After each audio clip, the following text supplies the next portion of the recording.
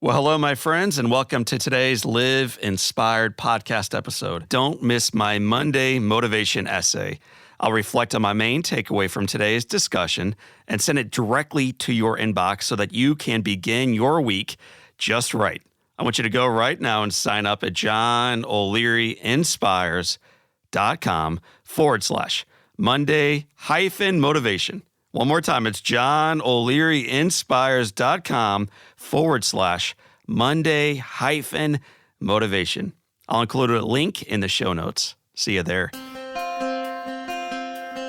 Welcome to the Live Inspired podcast with John O'Leary. John is the #1 national best-selling author of the book On Fire. He's a world-class inspirational speaker, and he's the host of the Live Inspired podcast. John interviews extraordinary individuals on their life story so that you can wake up from accidental living and more fully live your life story. Here's your host, John O'Leary. Well, hello, my friends, and welcome to the Live Inspired podcast with John O'Leary. We must learn to live together as brothers and sisters or die together as fools. I'm going to say this quote with you one more time. It's from our friend Martin Luther King Jr. We must learn to live together as brothers and sisters or die together as fools. This quote plays in our marriages, in our singleness, in our families, in our communities, in our office environments, as we compete professionally, as we walk through our lives in our neighborhoods, in our regions, our states, our countries, and perhaps no more clearly is it evident than in the Middle East. And frequently when we think of regions or countries or war or refugees, we think of masses of individuals. We think of those people. We think of nations. We think of lots. And sometimes in thinking of the big numbers, we forget about the little ones. We forget about the mothers and the fathers and the sons and the daughters and the neighbors and how individuals do life together through incredible adversity. Today, we have the great fortune of bringing on a gentleman who will remind us of the power of one. He writes a beautiful story about his father, about a little boy who goes on through a very difficult time to teach the rest of us how we can become the best versions of ourselves through incredible adversity. It's a beautiful story. It's emotional, it's heart-wrenching, and it's going to be shared with us today by Dr. Bassam Hadi. I encourage you today, my friends, to open wide your hearts and your minds, grab your journals. You'll want to take notes on this one as we bring on a truly remarkable story full of some tragedy, but an awful lot of triumph. You're going to be moved, and I'm excited to share more. So buckle up, get ready for the ride. Dr. Bassam Hadi, welcome to Live Inspired with John O'Leary. It's a pleasure to be here, John. It is my honor. Thank you for taking time out of your crazy schedule to join us in studio. I love it.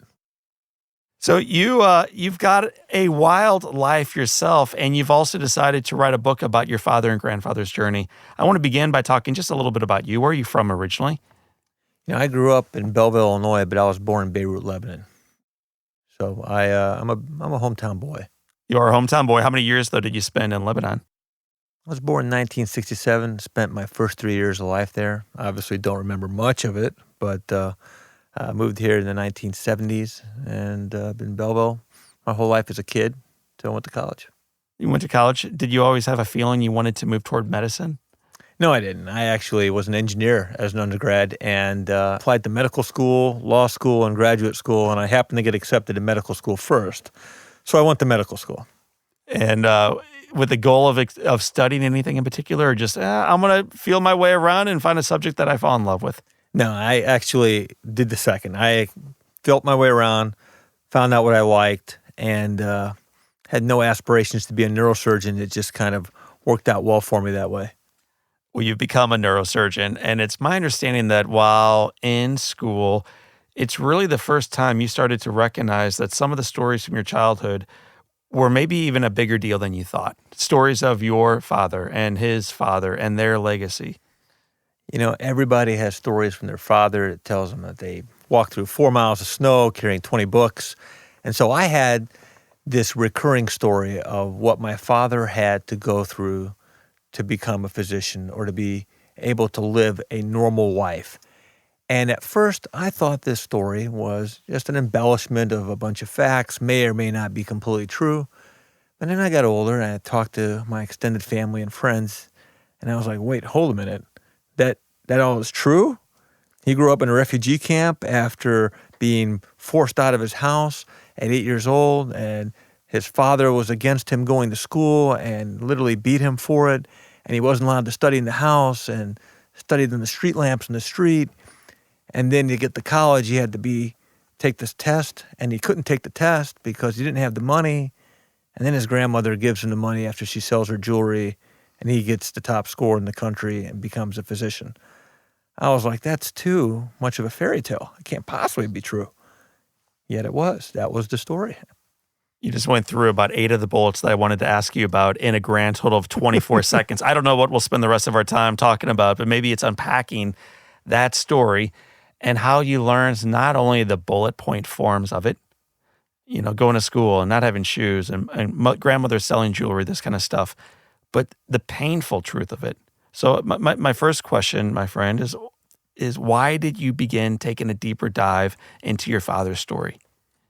This is a story that I really thought would be an inspirational story. And as a tribute to my dad and to any kid out there, or anybody actually, that's ever had just injustices or obstacles placed before them and told, hey, this is the way it's going to be. You have no choice. There's no hope. This is the way it is. This is a story to tell you it doesn't have to be that way. You can dream and you can inspire others to reach up higher. And I thought that story could do that for some child or another person out there. And I thought it was a great story. It was a good story about a father and son. And it's something that I wanted to say, you know what, Dad, I really respect what you did. And I think this could have a great ripple effect with other people. And I want to tell this story. And I want to write this book. When you share that with him, and I understand that he's an incredibly humble guy, what's his response? Nobody's going to care about my story. Why would anybody care about my story? You see, John, the difference is sometimes in the first generation immigrants here, if they're successful in the United States, they all have incredible stories. If you talk to any first-generation immigrant that came from a war-torn area or an area that is ravaged with poverty, they had great struggles to get to the United States. And so his story, as incredible as it is shared by a lot of doctors and a lot of successful people here in the United States that came from really incredibly poor circumstances to start. So, of course, he thinks, oh, yeah, it's just what I had to go through. It's what other people had to go through. One of the reasons I was excited to share this story is that of my team who took care of a little boy named John O'Leary in hospital at age 9, 3 of my physicians were immigrants. And I don't know their stories, although now after reading your father's story written by his son, I look forward to reaching out to those physicians to learn more about why they came and what they endured and what they faced and all that they overcame. Because your father's story is one of overcoming. Yeah, it is. It's one of overcoming the challenges. Similar like to when you're in the hospital bed and you're looking up and, well, actually not looking up because you couldn't see for a long time. But people need to actually sit down and understand the obstacles in front of them sometimes are incredible opportunities. It's those opportunities and overcoming those obstacles that really define people's characteristics and make for an incredibly wonderful journey that may actually bear more fruit had the obstacles never been placed before in front of them. If you like wine, the best wine grows on the toughest mountainsides, and they are the most expensive wines and the best wines because they have to survive in the toughest climates. I'm not saying I would put anybody through that process voluntarily, but the ones that get through it, they're a special vintage. Well, we all go through our own seasons of drought and fire and everything else. And yet I'm not sure if I've read a story about a kid who went through quite as much as your father on the journey forward. So let's talk about your dad. When did you as a little boy start to recognize that you had not only a bright, beautiful physician in your life, but a heroic character? It took a long time because he's so humble. other than telling me the stories I need to hear to motivate me in school and to do well, he didn't tell his friends. He didn't tell anybody outside of his immediate family. The doctors he worked with at the hospital had no idea. The other people he lived with in Belleville, the tennis players he played with, he really kept it to himself. Only when I heard the story from my mother, and then as I asked him the story, did I have the even deeper respect and understanding for what my father really suffered through. You know, as a little boy, 8 years old, you can only imagine having your whole world turned upside down and you trying to make sense of it all, and then being given a whole new reality and being told, well, this is it. This is all it's ever going to be. And that's a tough life because he was only 8. That's tough to kind of overcome issues at that young age. You're just trying to process information. So with Dr. Bassam Hadi, we are going to be talking about his father and his grandfather and the relationships in their community. And as you hear this story, you're going to recognize tones that are very geopolitical. There's going to be a little bit of religious context to it, and we could take a big macro conversation here, but instead we're just going to talk about one person. We're going to talk about this little boy going through what he went through, and you can draw your own conclusions. I welcome you to learn about a topic that I knew very little about. And as I passed your book around my office, it turns out most of us had very little clue about what had happened, why it happened, and the impact it had. So let's begin with UN Resolution 181. And in short, what is UN Resolution 181? It is the creation of Israel in 1948. So they needed to carve out a land to place the Jewish people in, and there's great controversy about actually how this actually developed. But in essence, they had difficulty finding a land that would be able to have both the Jewish and Palestinians peacefully live in it. Ironically, that's exactly what was happening before then. The reality of it was that they removed people to create the state of Israel. I'm not trying to be political here at all, but they had to create an area, a tranche of land that was wholly Jewish or predominantly thereof, and they physically removed, through a very violent process, a great deal of Palestinians who were civilians and just trying to live in a land that they had lived for decades, if not centuries. You begin your book with some pretty haunting words. Most books begin with, buckle up and get ready for the ride. Here's where yours starts. Read this book to enjoy heartwarming triumphs and poignant dreams. Read this book to be repulsed by needless violence and wanton bloodshed. And read this book to heed a dark warning. What we sow, we shall also reap. Yeah, what I was trying to get by with that is there's a lot of suffering. There's a lot of pain in the Middle East, and there's been that way for a long, long time. And at some point in time, the two parties involved are going to have to sit down and understand that neither party is just going to push the other into the sea and disappear. They're going to have to live with each other. They've been doing something for 71 years, and it hasn't worked. So I would suggest possibly taking a new look at the people across the street or across the aisle and see if you can't form some sort of positive relationship that you can actually dwell together. Because what has been going on for 71 years has led to nothing but pain and suffering for generations. When I hear that 1,100 refugees died or 1,700 people were injured, it's numbers and it gets lost on you. I thought the beauty of your book is you brought those big macro numbers down to one. And we learn through the eyes of a child what it's like to lose a home and what it's like to walk through the middle of the night and what it's like to be thirsty and what it's like to be hungry and scared. So take us through some of your favorite stories as you wrote that book and recall some of your father's heroic steps. Some of my favorite stories are not really the word favorite, but the most memorable is just the start of the whole process. Here's a little kid who's watching the destruction of his town happen as the fighters buzz overhead, and then a blitzkrieg type of attack happens. The next day, he's walking hand in hand with his father as they tell him, everybody head to the mosque. And they go to the mosque, and he doesn't know why he's going there. Then he gets sent home because he's only 8 years old. His father gets sent home without him at a later time because he's blind in his right eye from a childhood injury. My father walks home. He sees dead bodies in the street. He sees a machine gun being shot. He is basically frozen with fear, but just remembers what his dad told him. Don't look to the right or the left, just go straight home. He almost gets home. He hears some shooting, bombs going off in the direction of the mosque. And then he gets whisked up, picked, and taken home by his father in the nick of time. The next day, they get marched out at gunpoint and have to march 20 miles, 25 miles barefoot because they forgot their shoes, only with whatever they could carry. And they had to just march in this desert. His mother was 1 week postpartum. She was still bleeding from the baby, a 7-day-old baby.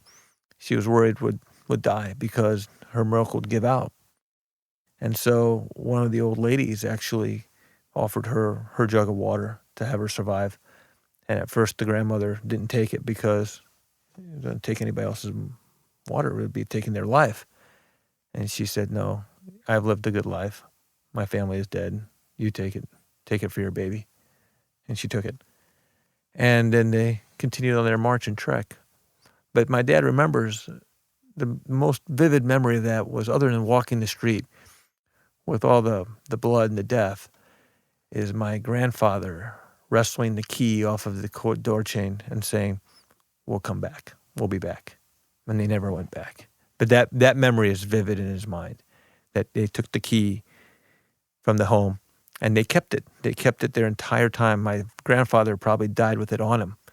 He never let that key go because it was symbolic of everything he lost. But they never went back. That story is one of my most memorable.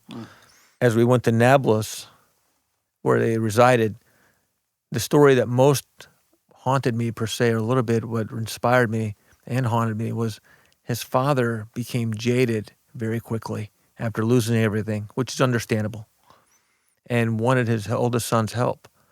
And the son just wanted to go to school. The school had been closed for a couple of years. He missed a couple of years of classes. And now they opened up a tent refugee camp school, and he wanted to go. And he suffered many beatings because he was found wasting his time. He still worked after hours, but he tried to go to school. And he got beat one time for having the gas lantern on, wasting money and wasting time. And so he wasn't allowed to study in the house. And they didn't have any electricity or running water or anywhere else to go. So he went to the street lamps. And he studied under the street lamp. To this day, John, people in Nablus still know him as the kid who studied under the street lamps. I mean, he was the kid who got number 1 on the test and made it out. But he studied under the same street lamp, barefoot, morning before the sun came up, night after it went down. That was his desk. That was his light. And that is something I thought of every time I studied for a test or thought I had it tough for school. And I was sitting at my desk inside with a cup of coffee or whatever it may be, warm, well-fed, bed next to me, books. He studied with whatever he could get his hands on, in the cold, without much food, if any food at all, under a street lamp.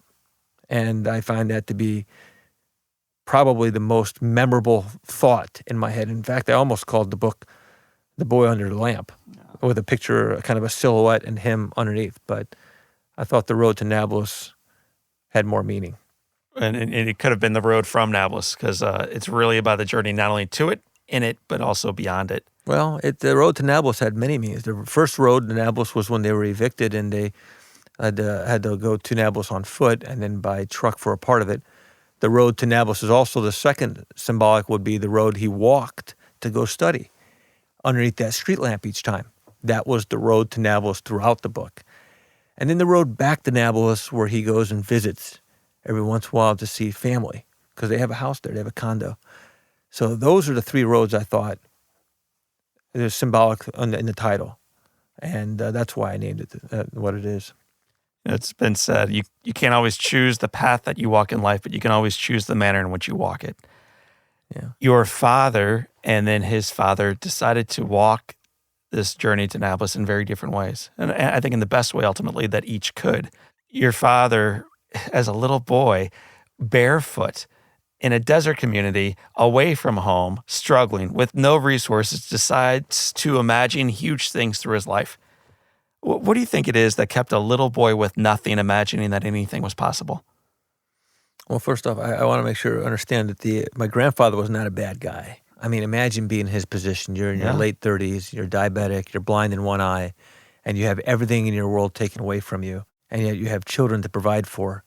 So he had responsibilities. In his situation, I saw him as a victim also, because although he was jaded, he had no choice. He had to support his family. He just wanted help. My father, he's a little kid, and he's trying to look at the world and say, there's got to be something better than this for me. And that thought, I don't know how many times my dad told me that thought was in his head, and he had complete faith that for some reason he believed that that world was not his world and that he was going to be it. He believed it deep in his soul, 100%. How do you imagine a world better than the one that you currently exist if you've never seen a world other than the one you currently live in? Partially from, I guess, having a small life in the town before it was lost, partially from his readings, but just deep inside him, he knew that there was a university. He knew that there was a world out there. But John, it was mostly imagination. It was just a belief. And that makes it all the more incredible because it's not something that he was seeing on a day-to-day basis from anybody else. He really believed that he was going to do something much better than what he had at the time. He didn't know what that was, but he knew it was better. He had read about America, by the way. He'd actually thought that'd be a great place to go. But again, a dream. What was America? What was that to him other than this land of, gold roads and plenty for food and plenty for eat and justice for all? It was more of an idea. You write extensively about the disagreements of not seeing exactly eye to eye between father and son. And it goes on for decades. It's not a short battle. This thing is continuous throughout really the course of both lives. What do you think it was about your grandfather that made it so difficult for him to accept his son's will or dream or desire or passion for life? It wasn't so much that as he was a realist. He was in a camp. School is a tent. The books are minimal. They didn't have anything for pencils that they could have. They had to basically what they were given. He didn't have a good library to go to. He didn't have resources to study. So for this little kid from 8 years old to his teenage years to say, I'm going to win the scholarship and be the number one student in the Kingdom of Jordan against doctors and engineers, kids in the country with beds and food and books and a desk. Yes. He thought you're dreaming and you're wasting time and you need to help me and stop with this fantasy world that you're living in. And so he wasn't taking away his dream as much as he was trying to put food on the table and trying to put clothes on their back. Remember, my dad was the oldest of 8 brothers and 3 sisters. This is not a small family. He had a lot to provide for in this 15 by 12 foot tent. And his oldest son is going to school, so that's a lost job. Instead of working at two jobs or one job, it could be 2 or 3. Mm-hmm. And so that's the way he looked at it.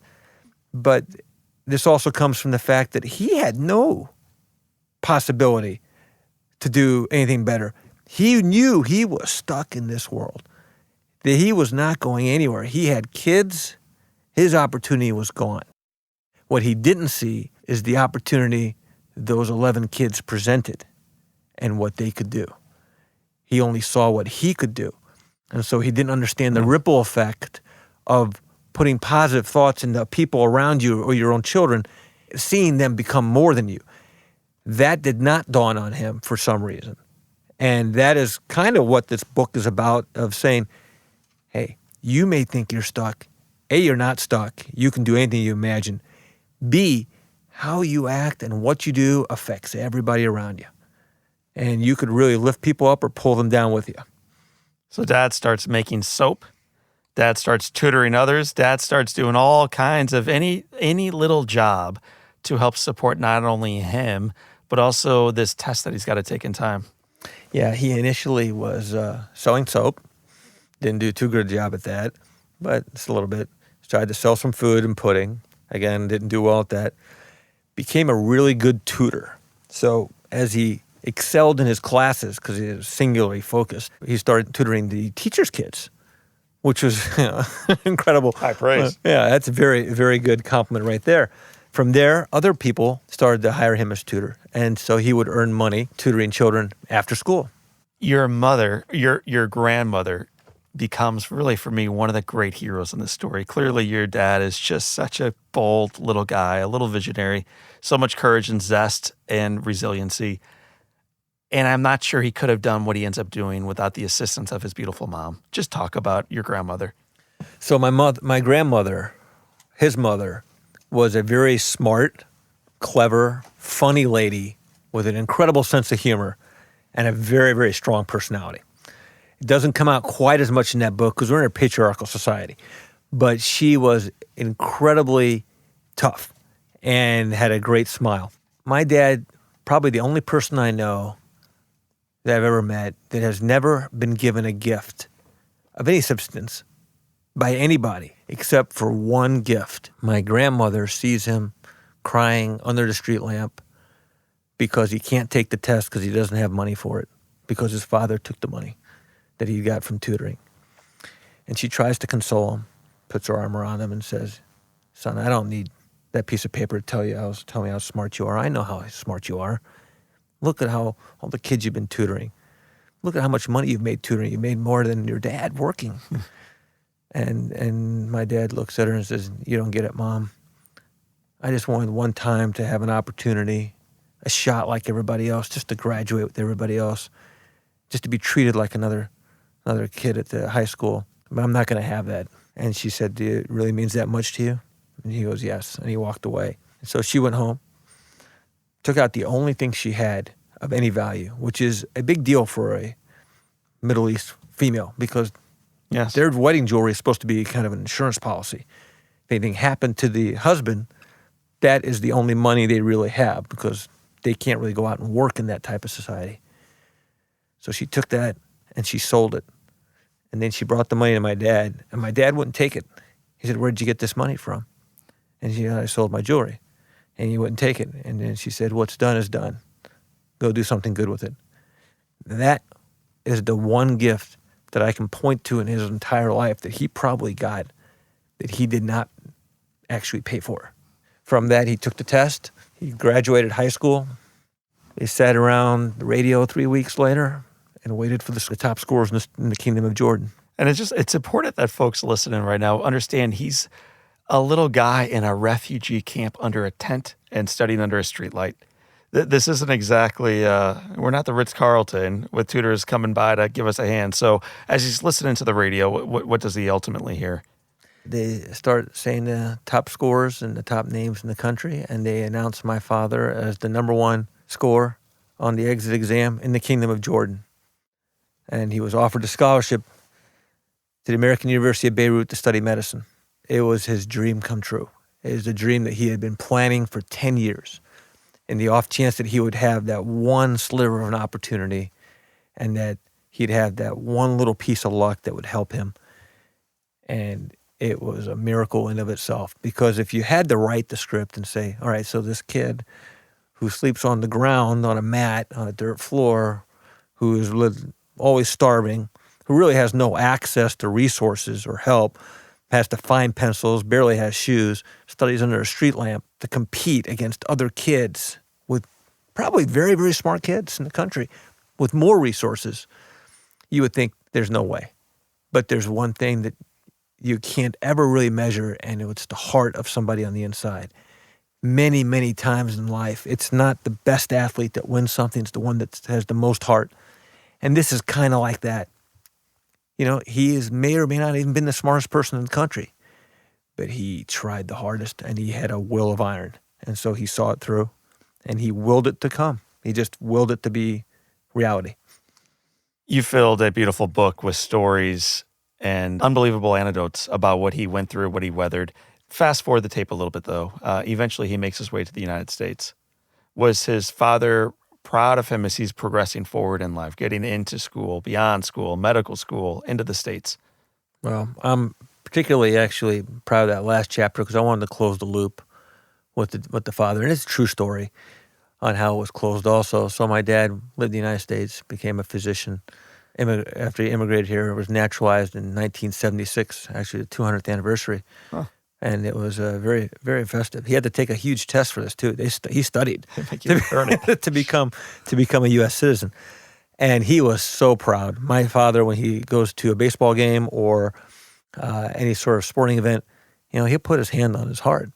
And I remember asking him, "Why do you do that?" He goes, "This is the best country in the world. This country is the country that gave me a chance. No other country would have given me this chance.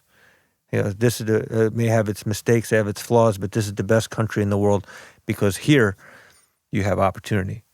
Here they treat you as an equal." And I remember him telling me that when I was a little kid. So my grandfather was proud of him, but never told him. Again, very patriarchal, tough society. You kind of love your children, but you more or less, you're kind of tough with them. In their last visit in 1980, before he passed, he went and sat down next to him, and he told him, he goes, "Son, I wanted to thank you for the money." And then his voice was kind of cracking, and my dad didn't know what to say. And he leaned over to him and he said, "I hope you understand why," but he really couldn't get the words out either. And then he said, "I'm proud of you." And it was in fact the only time he probably said it that I know of. And my dad almost choked up. He had no response. He knew his dad loved him. He had already forgiven him for all what he had gone through because it was a tough society. You did not spare the rod with the children back then, not in that area of the country. And so my dad loved his father, my grandfather. It'd be a poor testament of a person if he didn't. But he loved them as much as you could possibly love anybody else, and he did everything he can for them, flaws and all.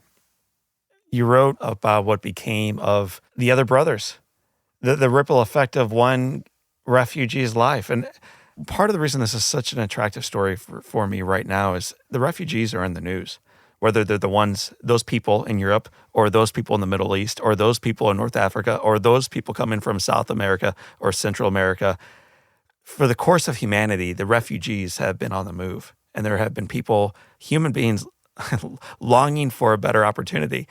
And your father and his father represent that. So it's a story that is both timely and timeless. This country is a country of immigrants, and they have really contributed to who the United States is. My father is just a person like anybody else, just trying to make a better life, wants an opportunity, just to given a chance. There's so many refugees. Sometimes they're misunderstood. I mean, don't get me wrong. There's bad people in every group, but we always need to take a step back and try to understand the circumstances of what people are going through. And they're going through an awful lot. And we have it pretty darn good here. Those refugees, before they get stereotyped or labeled in a certain fashion, take a step and don't judge and try to understand the perspective. Try to live the world through their eyes and see how it is. And if you can see their heart and their mind that way, you might understand what they're trying to do. Again, I'm not trying to make a political statement. I just think that everybody should be understood in their circumstances. And this country, and it's a phenomenally great country, was built on ideals of we can be better together. And I still believe that. Yeah, my father came in legally. My father took a naturalization test. Mm-hmm. And I do believe all those, there should be a rule of law. But I do believe that the refugees, you need to try to see through their perspective and through their eyes, because I bet you 99.9% are probably good people just trying to make a better life for themselves. What became of your uncles and aunts? It does reveal the byproduct of your grandfather's journey. Yeah. So this family of refugees who lived in poverty developed one engineer, graduated from the University of Cairo as an engineer, a teacher, ended up being superintendent for a school, an accountant. One owns a taxi driver company. Another has a car rental company. Another is a chef. And my father paid for all their educations and paid for all their weddings. That's helped them out whenever he could. And so the ripple effect is direct. They graduated college with professional degrees, did very well. When you finished writing this book and reading through it and then ultimately sharing it, how did it change you? How does really mining the life of your father and grandfather and your heritage, how does that impact the way you show up each day? John, it humbles you because you understand the privilege that I've had in the United States and the advantages I had being a doctor's son and all the accomplishments that I thought were really great and really a big deal and God, how smart I was or this or that. You start to understand that maybe you didn't quite do as much as you thought, and maybe a little humility will go a long way to actually give you a better perspective on the world. And so when I finished a book, I looked at my life and I said, well, I haven't done anything close to this. And I probably will never do anything close to this because I didn't grow up in the tough mountainside. I'm not going to be that vintage of wine. I had it easy. And so I'm thankful for having it easy, but also understand that because I had it easier, I can't claim the status that my dad can claim. I can't claim to be as good as I probably thought I was when I was a cocky teenager or, 20-some-odd-year-old guy, because I should have done it. I should have achieved. It's more of a kind of expectation. If you're given a possibility in this country and you're given a mind, you're given some sort of abilities. Those are really responsibilities you need to achieve. It is your destiny to do so. It is your responsibility is a better word. But if you don't, you're throwing away God's gifts. Your father certainly did not throw away his gifts, and I'm curious, what is his son now doing with his? Give me an idea of a few of the ripple effects now coming out of your life. I am a neurosurgeon. I work at Mercy South, and I'm very happy with that incredible facility. I was lucky enough to be named Department of Surgery chairman for Mercy South Clinic. I think that's an honor, and I'm humbled to do that. I have 2 gorgeous girls and a beautiful wife.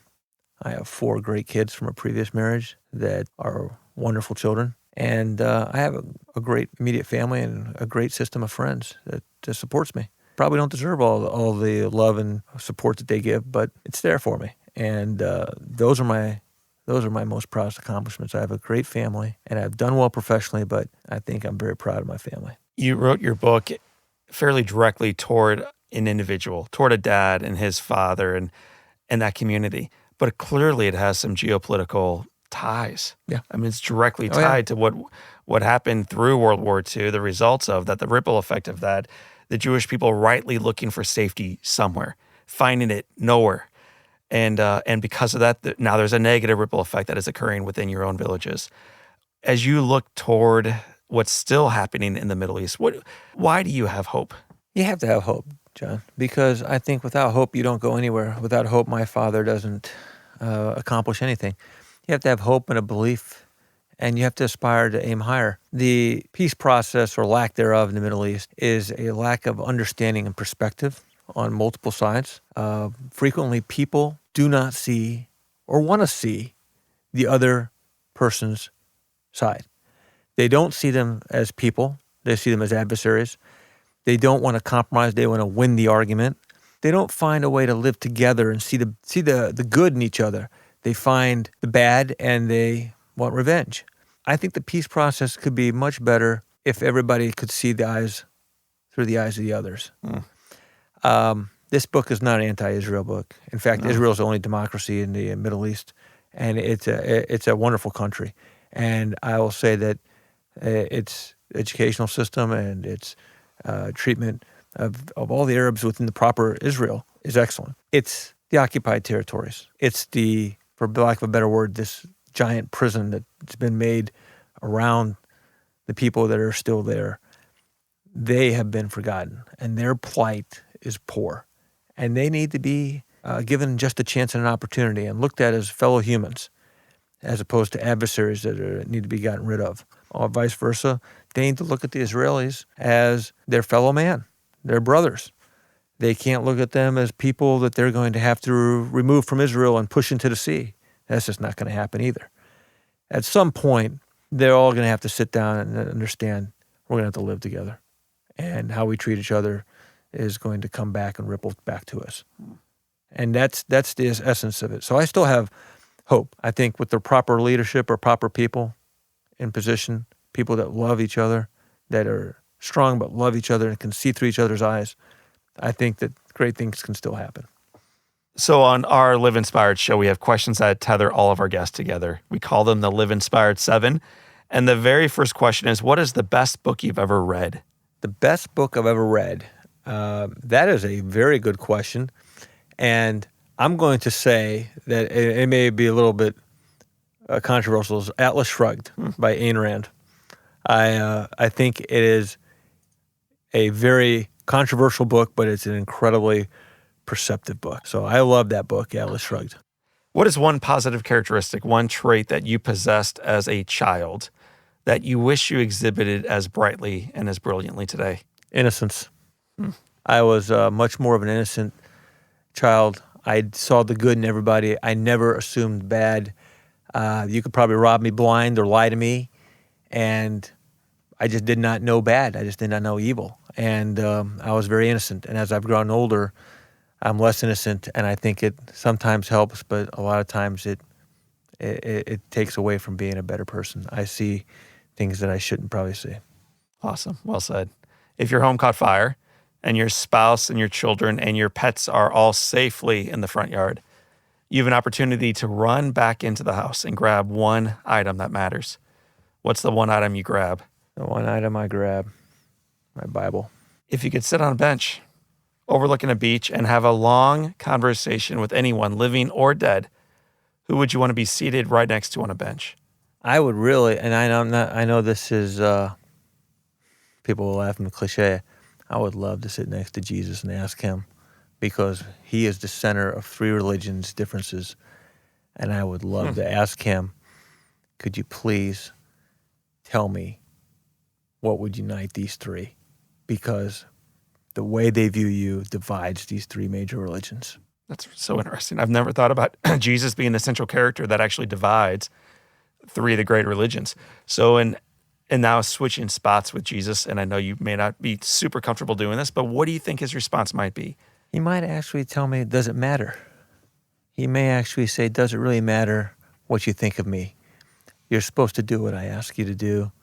You're supposed to do as I have told you to love another, worship the Lord, and do good.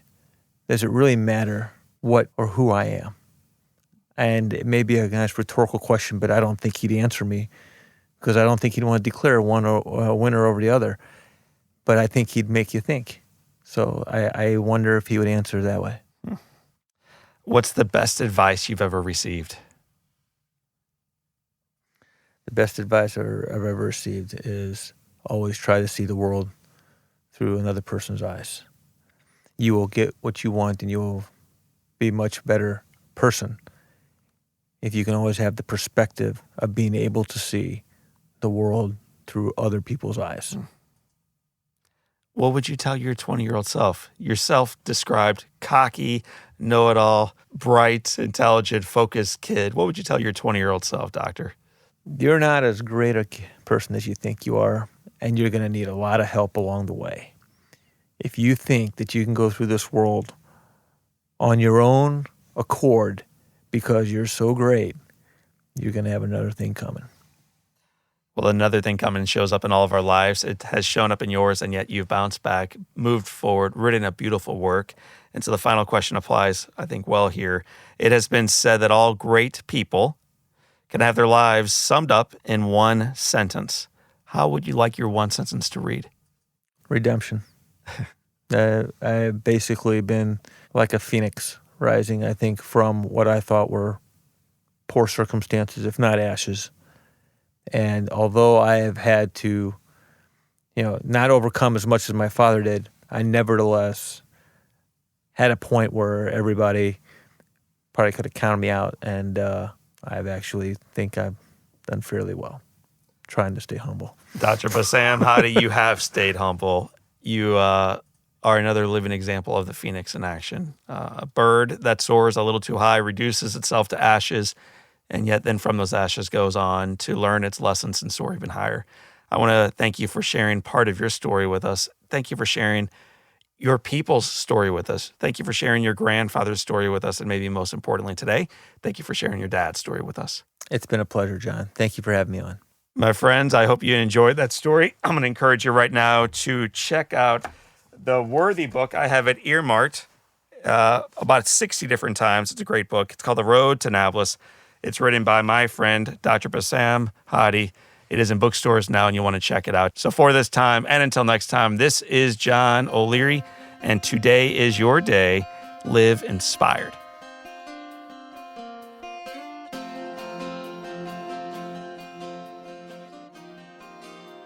Okay, guys, I know what you're thinking. John, we get it, man. We get it. Rate and review the podcast. But my friends, listen, it really does help other people find our show, which allows us to grow our Live Inspired community. Don't you want to help other people feel fired up about their lives just the way that you feel fired up about yours? So please go right now to Apple Podcast or anywhere that you listen and give us a 5-star rating, and then go ahead and share what you enjoy most about the Live Inspired podcast together. We can make a difference.